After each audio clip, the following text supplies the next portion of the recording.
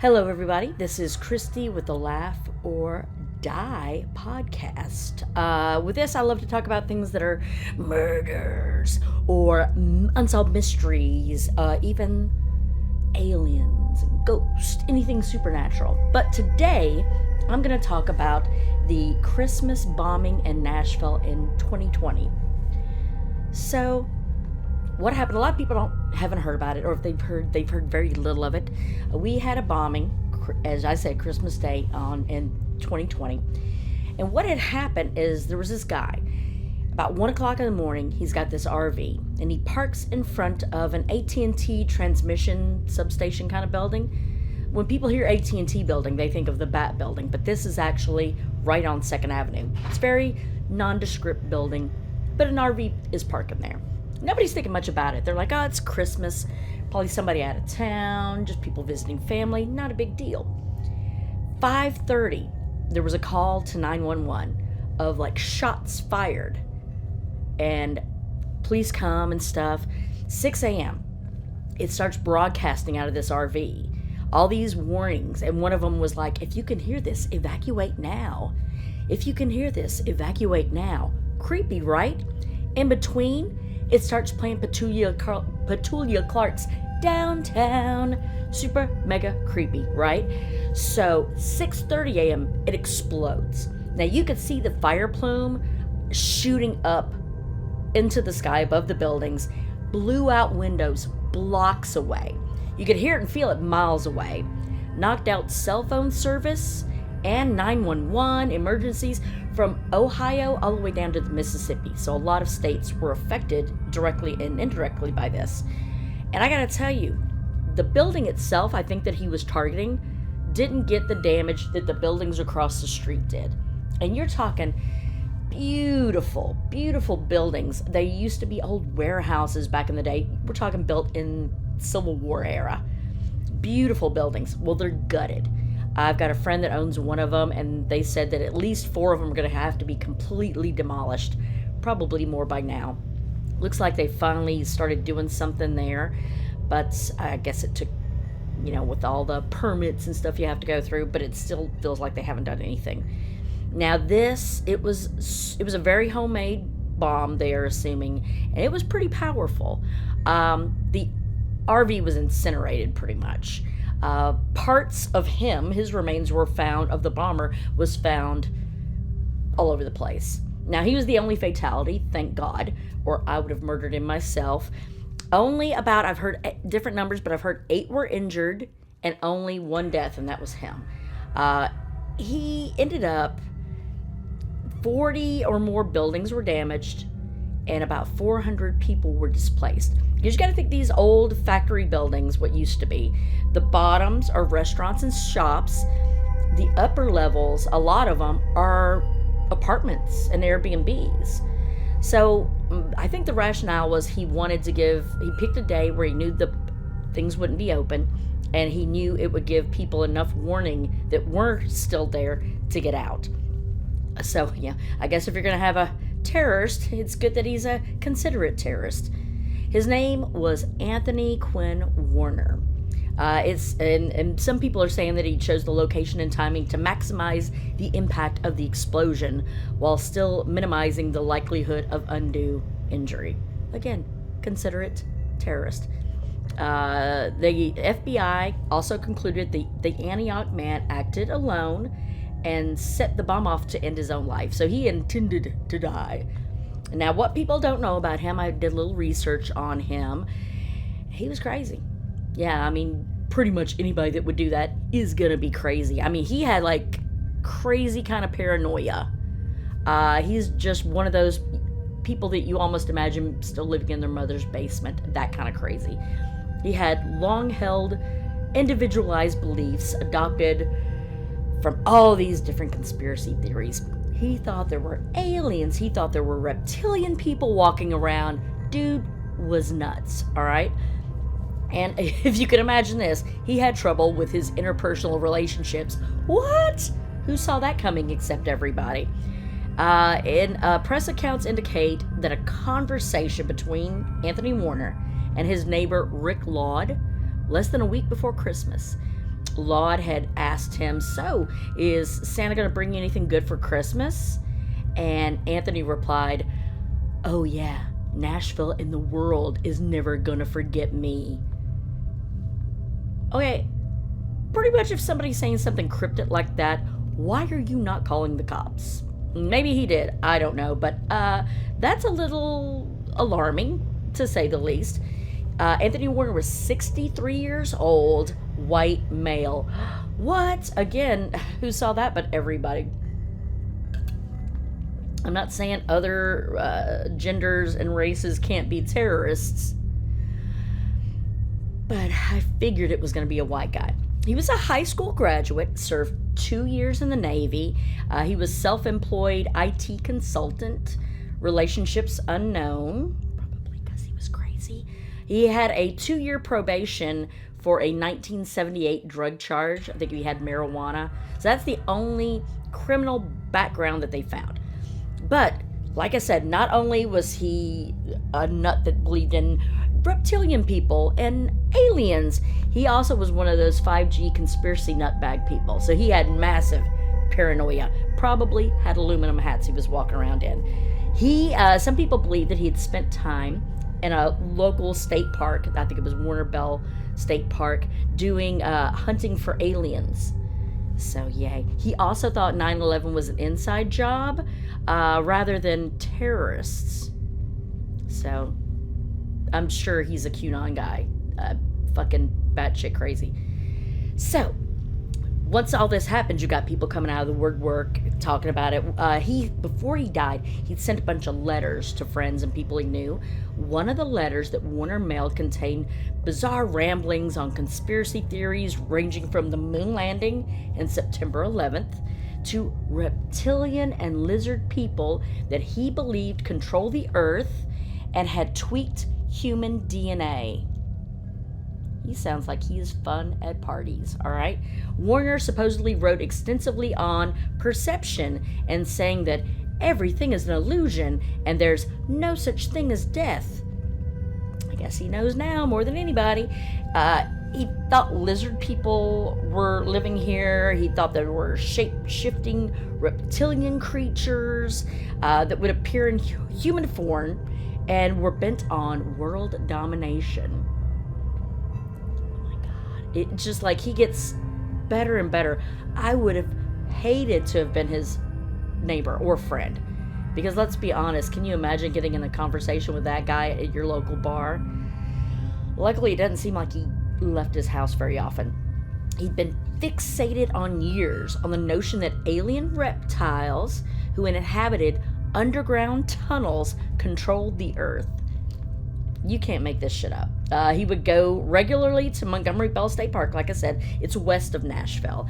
And his pastime was, hunting down what he thought would be these alien reptilian creatures.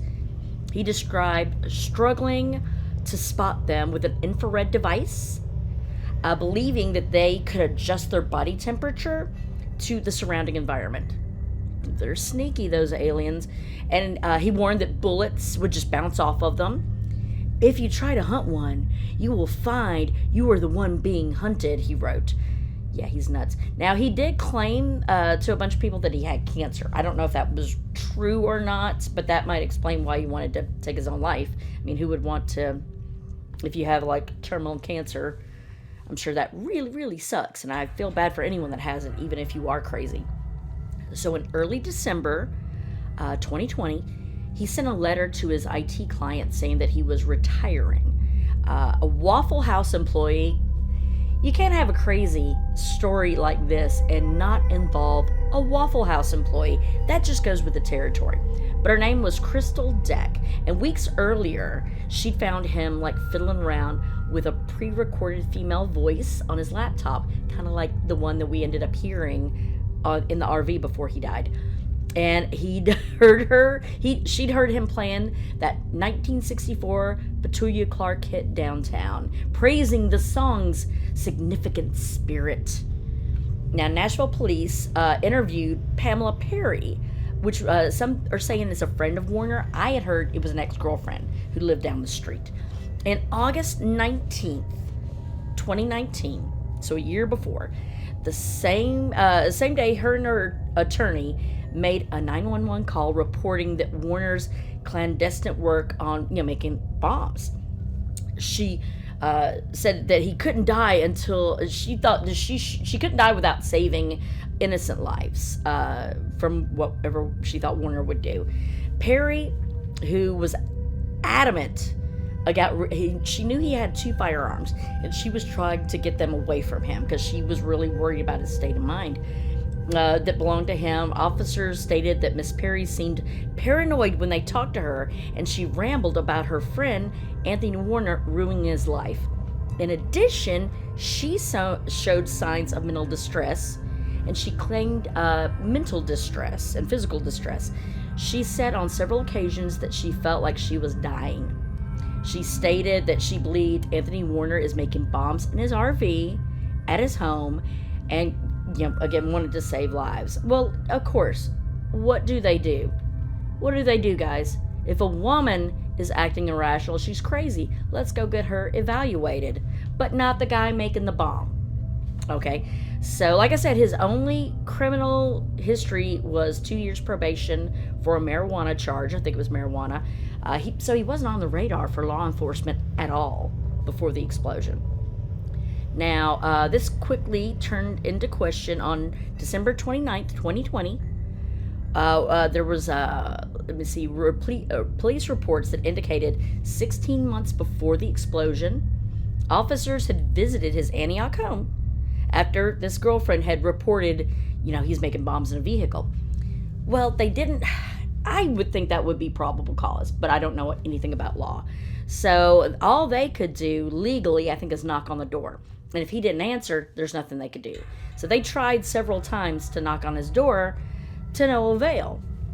And again, I would take that very seriously. Even if I thought it was a crazy person, if they were very insistent, if they got a lawyer involved, I would take them a little bit more seriously. And of course, after the fact, TFA and FBI and all are looking into it after the fact. But again, on August 29th, 2019, like I said, there was that 911 call from attorney Raymond Throckmorton, which sounds like a fake name, regarding these suicidal threats that he thought Warner was making, and she was visibly distressed and all that. Well, he'd been getting, in the months before this, and maybe a couple years before, he had been getting rid of his property, all his belongings. A few weeks before the bombing, he had given away his car, telling people that I don't need it, I've got terminal cancer, blah, blah, blah. Like I said, he told these IT clients that he was retiring. November 2020, Warner had transferred his Nashville home to a Los Angeles music executive named Michelle Swing. And that transfer was on November 25th of 2020.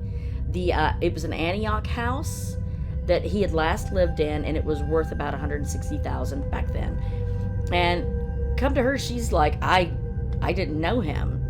In 2019, Warner had signed an earlier quitclaim deed transferring a separate family home to that 29-year-old Swing. The 2019 gifting prompted Warner's 85-year-old mother to sue him, claiming that the $250,000 home that Warner had taken possession of when his brother passed away legally belonged to her. So you got your own mother suing you because you're getting rid of property that you really shouldn't.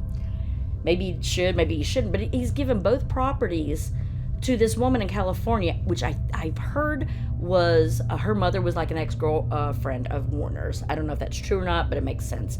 Because why else? Because she claimed she'd never even met him. My gosh, okay, so, but what was great is so that Swing ended up transferring the property back to Warner's mother, Betty Lane, in July of 2019. So that's before he ended up giving her another house. Now, the relationship between Warner and Swing isn't clear, but like I said, I believe she might have been the daughter of one of his ex-girlfriends. Again, I don't know that for sure, but I want to say I read that somewhere.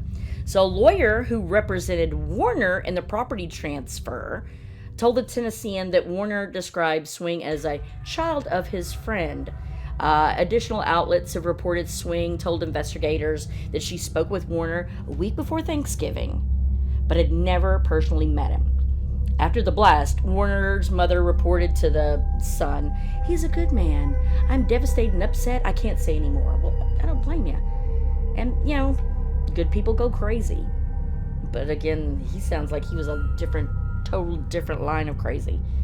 Now, acting on Pamela Perry's tip, so that's the woman that was the ex-girlfriend that lived down the road, a bunch of officers, including members of hazardous devices unit, or bomb squad basically, went to his house, saw the RV parked out there, but left because they knocked on his door and didn't get any answer. A police officer claimed he went back to Warner's home several times, but never got contact with him, failed to make contact. Oh my gosh. So now, while they were there, they noticed there were extensive security cameras, but there didn't appear to be any illegal activity, no criminal activity at all, so they couldn't really act upon it. And of course, like I said, he was an IT guy. He'd worked for a while installing alarms, dealt with security alarms, so he had experience. So maybe that was why he had the cameras there. Who knows? Now, all of the officers and supervisory personnel were of the belief that they had insufficient probable cause to enter the property or to seek a search warrant. I don't know, man. I mean, that's some crazy stuff. And maybe each incident didn't know about the other, so they all didn't get put on the police's doorstep, but it's crazy. Police relayed their concerns about Warner to the city's bomb squad, which in turn sent an inquiry to the FBI on August 22nd, 2019. So that's more than a year before the bombing. FBI found no prior history connecting Warner to explosives, and his military record, checked by the Department of Defense, didn't find any suspicious activity. Now, go back to the Waffle House employee, Miss Crystal Decker. She last saw him on December 17th, so about a week before Christmas, when he showed up at the Waffle House to give her his car. It was a white 2007 Pontiac Vibe, along with a jacket and gloves that he used to wear when he would walk her dog. Wow. So at least he was a dog lover. I guess if you're going to be crazy, dog handler crazy's all right. Now, the bomb itself. Now, if you look any of these videos, and you find them on YouTube everywhere, it was very bright, very big, but it seemed to go up. It did some damage, but it was just very orange, according to what the film looks like. So, explosive expert David Heitch, he's a retired investigator with the ATF.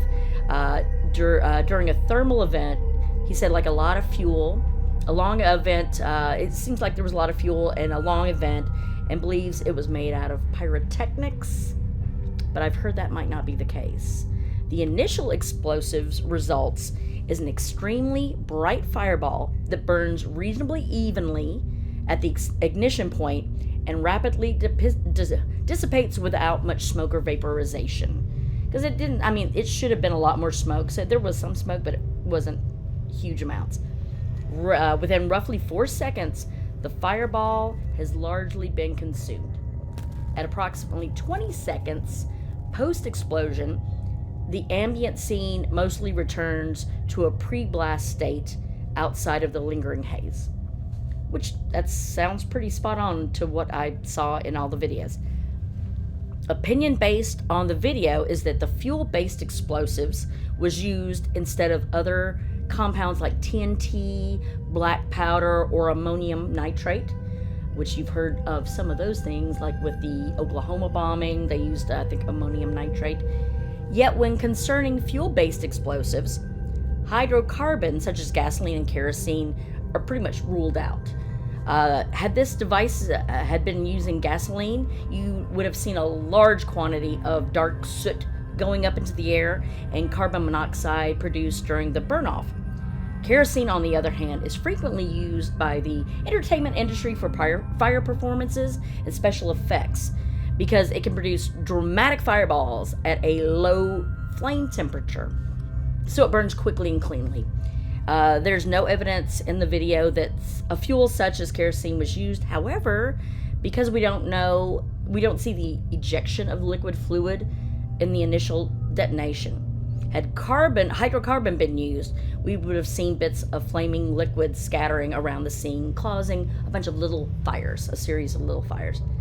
Instead, the video suggests the Nashville bombing involved propane-based explosives. In contrast, low explosions. Let me try that again. In contrast to high explosives, low explosives are compounds that combust slower than the speed of sound and produce shockwaves. And they're capable of far lower levels of, damage. Along with substances like gasoline and gunpowder, propane is indeed classified as a low explosive compound. So I've seen a lot of them say that they definitely thought it might be a propane incident. Analysis of various photographs taken of the aftermath shows evidence of high explosives were used.